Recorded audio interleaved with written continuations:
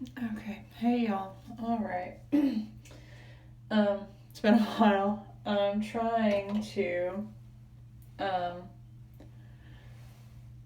get.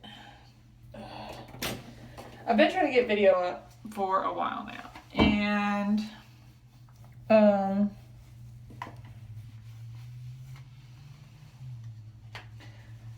I still really don't have any equipment to do this. It's just all dependent on the mood of, like, I don't know, the YouTube app and my phone and everything. It's not really working out. So I am. Hopefully this will work. We are, fingers crossed, because it's been a while, and I do have a whole lot of videos I've been working on. Unfortunately, I did um, several at once, uploaded them, about two actually uploaded, and the audio was so out of sync that they're just gone. So here we go. Y'all are gonna do this with me, hang out while I'm getting ready, and fingers crossed. All right. Last video I did was the video that I put up asking for help. I'm no stranger to coming on here and asking for help for charity, for the events I'm involved in, things like that. But when it comes to asking for me, much like in my personal life, I'm really stubborn about asking for help, or even just telling people, like, I'm having a hard time. So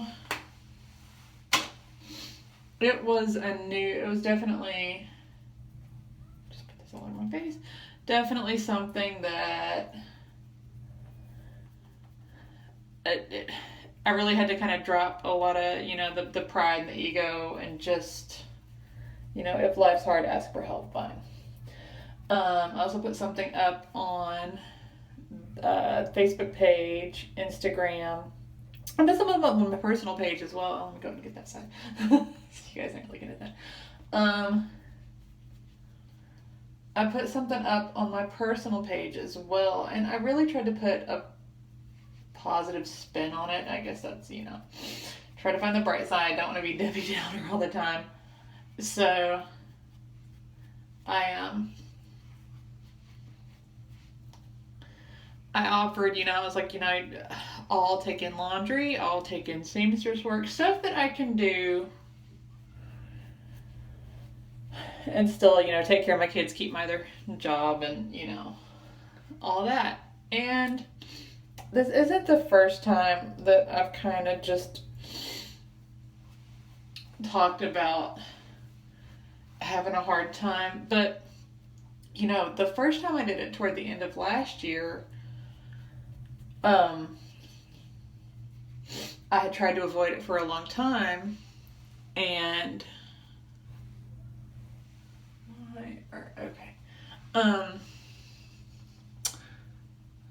I tried to avoid it. I tried to avoid talking about it. I was just gonna, I was gonna suck it up. I was gonna deal with it on my own, and I wasn't going to. I was just gonna deal with it. I was gonna cope with it. It was gonna be fine. I was gonna do it all by myself. And I don't know. I'm not one of those everything happens for a reason people, or I try not to be, because that's new. But I do believe that there are times when people come into your life to kind of teach you a lesson, good or bad. So end of last year, I was really just I was not going to talk about it. I was going to just keep it all to myself and deal with it. The only problem with that is that you end up, or, well, you may not, but I always end up, I do this where I just don't say anything, and then,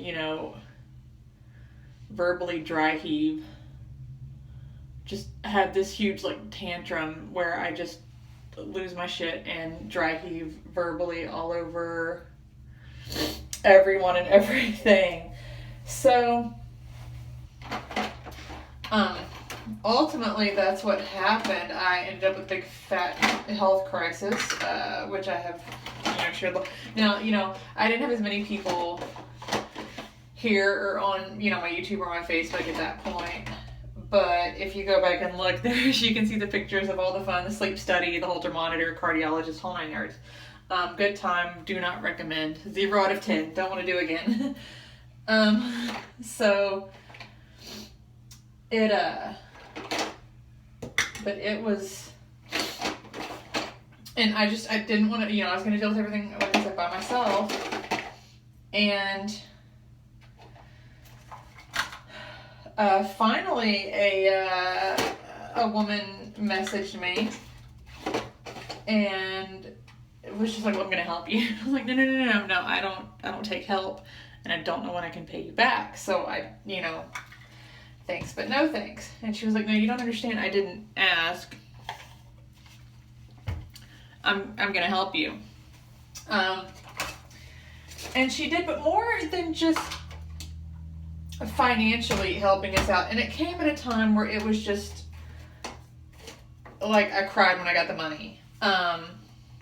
Because it was just one of those things where I didn't know what I was going to do to get it.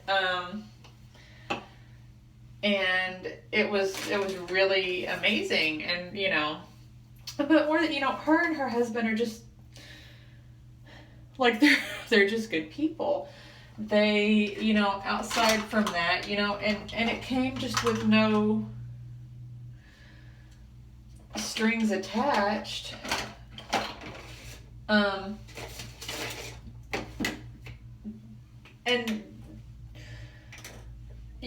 for people to help you out and to be genuine about it, to come through and kind of then but not only that, but then they are your friends, and they support you. They do that emotional labor of like getting you through this is huge. Like, I swear I probably drive my husband crazy all the time because I send him like job listings and house listings for where they live. So like, no, we can be their neighbors and share a chicken coop and a fire pit and like let our kids all run together, and anyway, but it took me,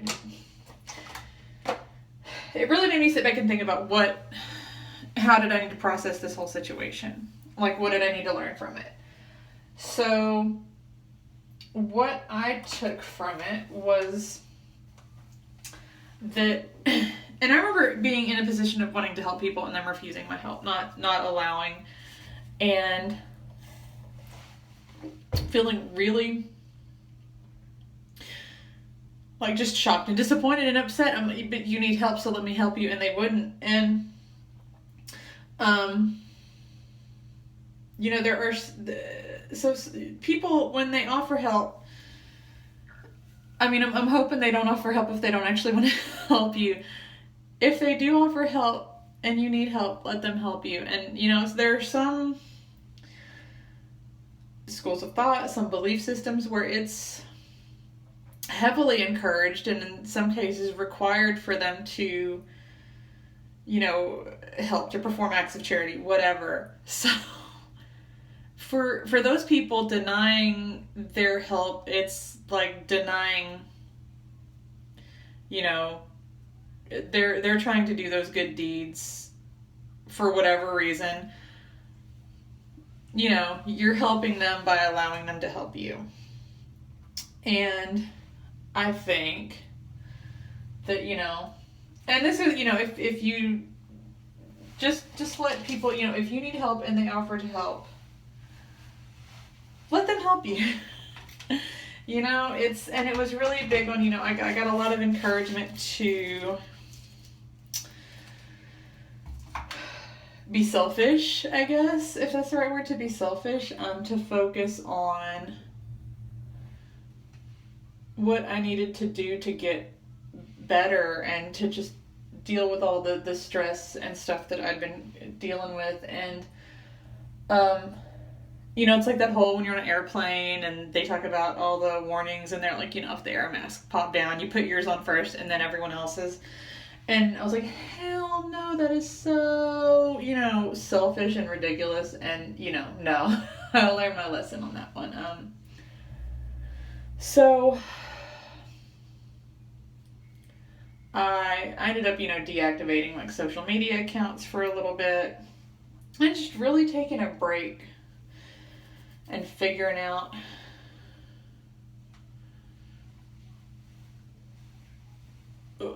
how to maintain a balance of like taking care of myself and still uh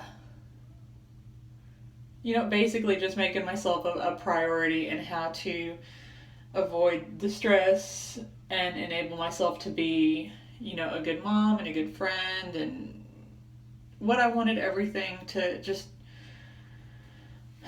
look like going forward. Um, this last time when I asked for help and tried to be a little bit more vulnerable and transparent about the situation, especially because, just holding it all in has never served me well. Um, so I decided to be very like transparent with the whole thing. But again, I was like, I'm gonna find the money. I know it's there. I know there are people that can help me, and I know I can find a way out of this. And um, what do you know? A man actually did offer to help, and I've known this guy for off and on since, gosh, probably about 15 years or so. And this was a huge lesson for me, guys, because he, I make it no secret that I'm not exactly, here lately, the hugest fan of organized religion in general, and right now, due to where I live, Christianity in particular. And so it really shocked me because this guy is a Christian, and here I am going like, I don't agree with your beliefs. And he's like, that's fine, we don't agree, I still want to help you, because that's just what God has, kind of led me to do. And he is like a genuinely nice guy. And so I wasn't shocked, but we'd kind of not really even got into a debate. But I posted something on my page where I, I live in a place where the political party in power and the predominant religion have kind of crawled in bed together in order to, further their own interest, it seems like. So, and I posted something to that effect about, and just made a very judgmental statement. The problem with that is that it was a very broad judgment, and it was,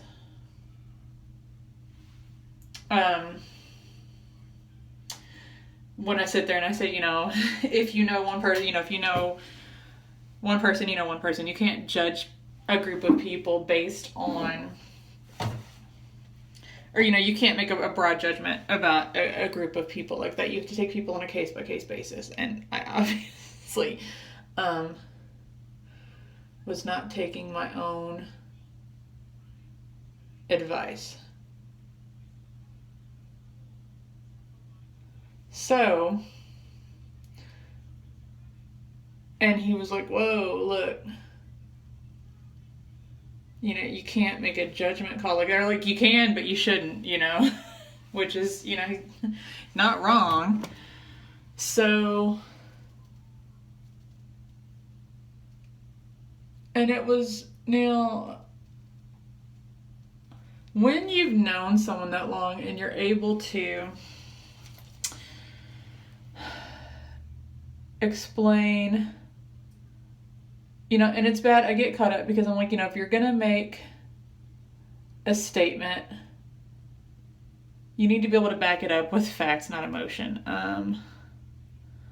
But human nature gets me every time, and I'm such an emotional person anyway, So when I get good and fired up, that's trying to think rationally goes out the window. So I kind of had to sit back and explain, okay, look, here's what I'm bringing to the table. Here's why I'm so pissed off. And went into this whole explanation of like, I get that there are some pros to belonging to a church, belonging to a religion, but to me, just the negatives outweigh the positives. I can't do it like that. Okay. I'm gonna sit down. No, I'll just do it right here. Okay. You guys can still see me. I was raised in a Christian church, and I left as soon as I could.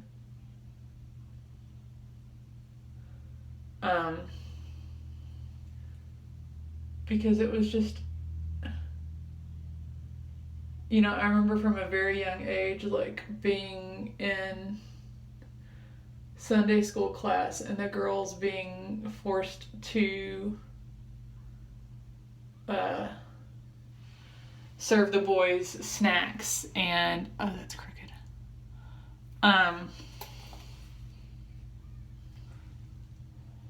We were made to serve them their snacks and their juice at snack time. And we're talking like young kids. I mean, I was like 7 in children's church. And having to, serve boys their juice and their cookies, because that's what girls were supposed to do. And so it was very, and then, watching people give these, huge, hypocritical, do as I say, not as I do type speeches. There was a lot of that. And it got very old to listen to that. And to be made to feel like crap, especially when you're a woman going to church. There's, it's real easy for you to, there's a lot of rules. So, I left really as soon as I could. When, I kind of started thinking about going back when my oldest was a few years old, because I felt like, it sounds so cheesy saying that, I felt like I'd gotten my calling to ministry, and unfortunately made the mistake of discussing that with a member of the church. It was actually my daughter's Mother's Day Out director. And when I told her, she got pissed. Like, the look on her face, it was like you could feel the energy of the whole room change. And she was like, no, you didn't. Nope, that's absolutely impossible. That is wrong. That is the enemy trying to trick you. I was like, no, I'm pretty certain on what the situation was. Nope, you misunderstood it, and here's why. Because you're a woman, so there's no way. She's like, you could be a nice Sunday school teacher, or a nice, choir leader, maybe, or, but you can't be in the actual ministry, because you're a woman, and women don't do that. That's not allowed. So if you'd like, I can take you down to, she offered to take me to the preacher, to the minister of the church, so that he could explain to me why I couldn't be a minister. And I told them that they could all, suck an egg. And I was going to go about my merry business because obviously this was garbage. So, a few years later, when, I had my, our second child, our son, and then our third child. And we decided, you know what, we're going to give it a go. We're going to try it again. Why did I try it again? We decided to try it again. So, and we went like whole hog. I was like the, poster child for like the homeschooling Christian mommy. I was gonna give it a proper go. And let me tell y'all, I have never felt so just confused and sad and lonely and judged in my entire life. I lost a lot of friends over it because I really went whole hog, you guys. I went off the deep end. And what's bad is while I'm sitting there, people are telling me that my son's behavior problems aren't behavior. It's a reflection of my lack of relationship with Christ, my lack of faith, a reflection of my heart issues, a reflection of his sinful nature, his heart issues. That's a big one, by the way. Heart issues. And, meanwhile, I'm like, no, but look, I'm reading my Bible every day, and I was like a keyboard evangelist. It was if people who knew me on Facebook at the time were like, I don't think I have any of those people left in my life, save for a few, because I was absolutely insufferable. Magic Mike, that came out right when I was in the middle of that. And let me tell you, I judged the shit out of everybody that went to see Magic Mike. I was like, you can never be upset that your husband watches porn if you watch Magic Mike, because that's what you're doing. You're committing adultery on your husband. I went off 50 Shades of Grey. Oh, yeah. I was like the keyboard warrior for Christ. I was insufferable. I was miserable. Lost a lot of friends, and what's bad is the people that stuck around, I was like, these aren't people I actually like. Well, some of them I did, and they just quit following my Facebook page, and so some of them did stick through me with that and just kind of ignored and wrote it out. But the people who stuck around and were like patting me on the back and giving me the thumbs up, and I'm like, wait. You guys, this is awful. We're being awful, horrible people here. And when, about the time I was really kind of coming out of that fog and getting my head screwed back on straight, and I realized that, okay, I put my oldest back in school, found out my second kid had autism, third kid was 18 months old and still nursing, went to a church and was asked to leave because it was immodest that I nursed my kid. And I live in the South, and I've never had anyone have a problem with it except in church.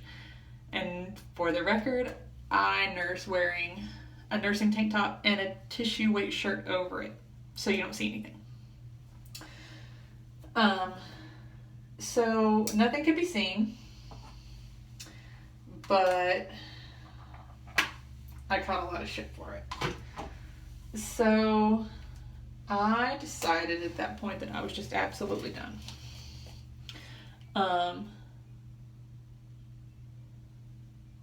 And it does make it hard, when you live somewhere where there is a lot of, stuff that's just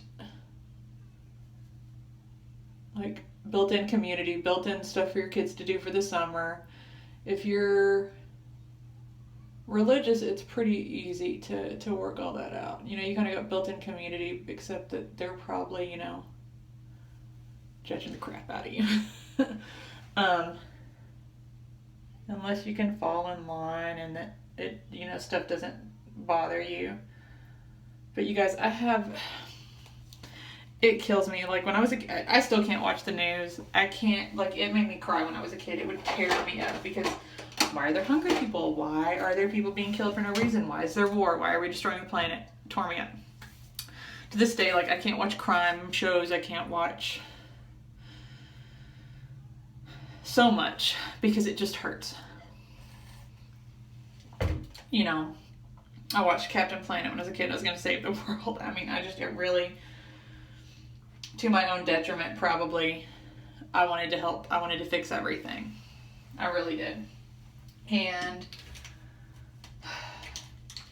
when you care about people in that way, and then you have only experienced religion as being this really awful, uncaring thing that perpetuates more awfulness and uncaring toward people who are different, there's a lot, like, it took a lot of cognitive dissonance for me to keep going. Like, I really had to compartmentalize everything really, really stringently to keep doing it.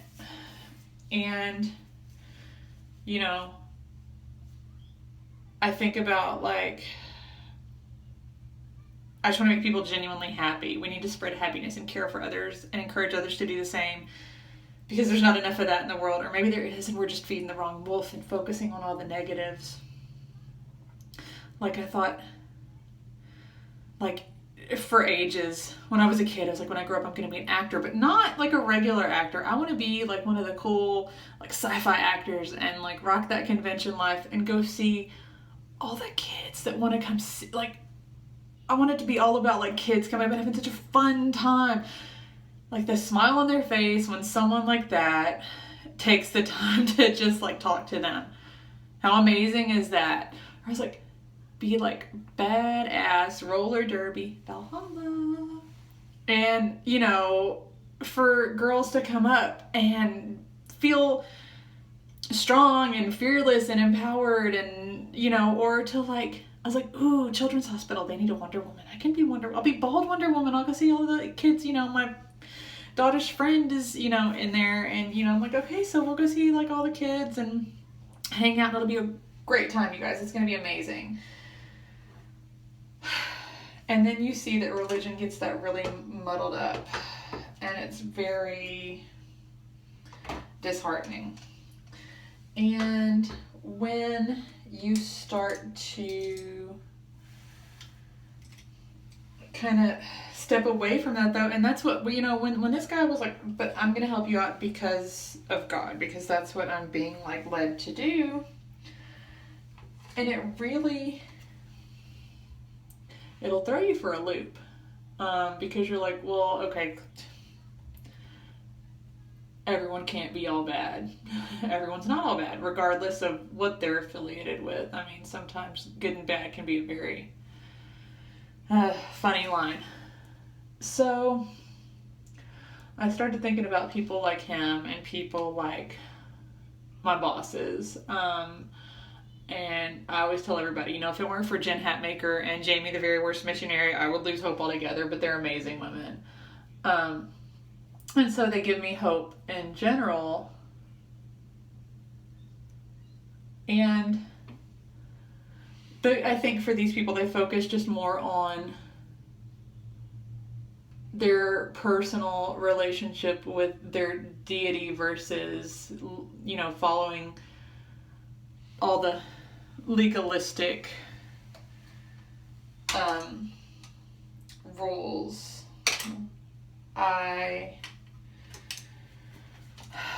very much can respect a person who wants to have a relationship with the universe, Allah, God, you know, whatever you want to call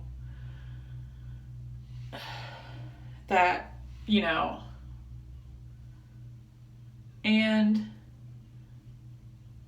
focuses on that versus, you know, getting all the rules right, and instead focuses on people. Not people per se, but being, you know,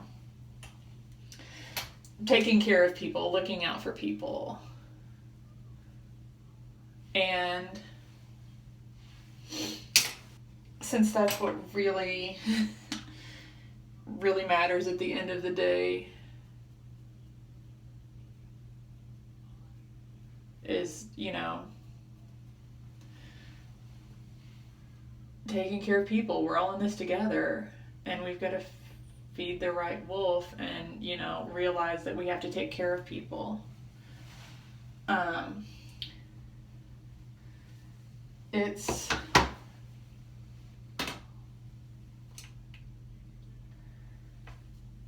and it was definitely it really made me sit back and think about, you know, what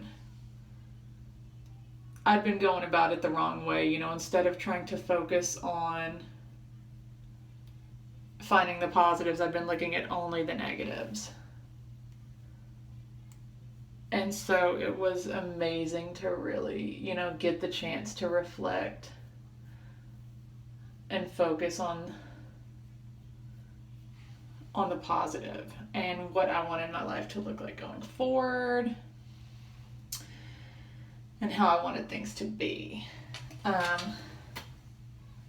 so it was really, like, it was a kick in the gut, yeah, because I'm not going to lie, that was a lot to process, but it was also something that I needed to do for a long time, because when you've just been angry and frustrated and really haven't taken the time to process through all that, then you can't really bring the positivity into the world that you're wanting to bring. And so it really gave me kind of a chance to, you know, focus on the, you know, it's always, you know, be the change you want to see in the world. What kind of change did I want to make? And how would I best be able to do that? Like, how would I be able to be this positive, like, you know, like, amazing force in the world? And in what way would that be most effective? And it's definitely not by focusing on all the bad stuff, y'all. It's really not. That's not going to get anything accomplished. You have to find the good. You really do. And so